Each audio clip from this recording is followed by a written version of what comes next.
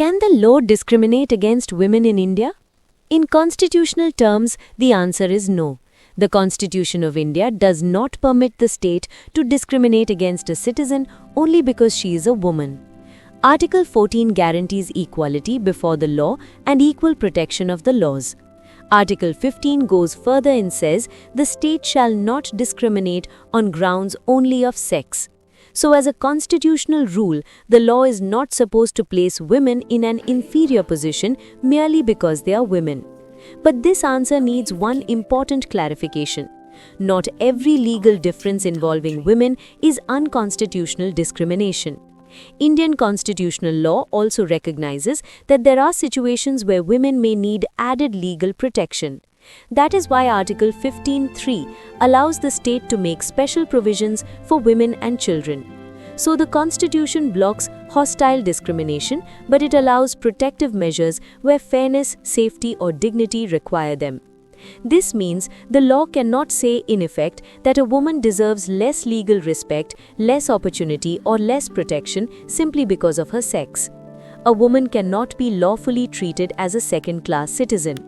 Public law, government action, and state institutions must operate within constitutional equality.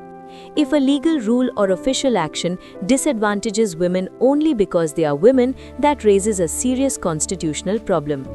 At the same time, the Constitution does allow laws that are designed to protect women from real harm. That is not the same thing as unlawful discrimination. For example, workplace sexual harassment law is framed on the understanding that sexual harassment violates a woman's fundamental rights to equality under Articles 14 and 15 and her right to life and dignity under Article 21. In other words, some laws treat women differently not to reduce their rights but to secure them. This is the key distinction. The Constitution does not support discrimination against women, it supports equality for women. And where women face structural disadvantage, exclusion, violence, or unsafe conditions, the Constitution permits protective laws to help achieve real fairness. So the legal question is not simply whether a law treats women differently, the deeper question is whether that difference harms women unfairly or protects their equality and dignity. In everyday terms, this means the law cannot deny women equal status.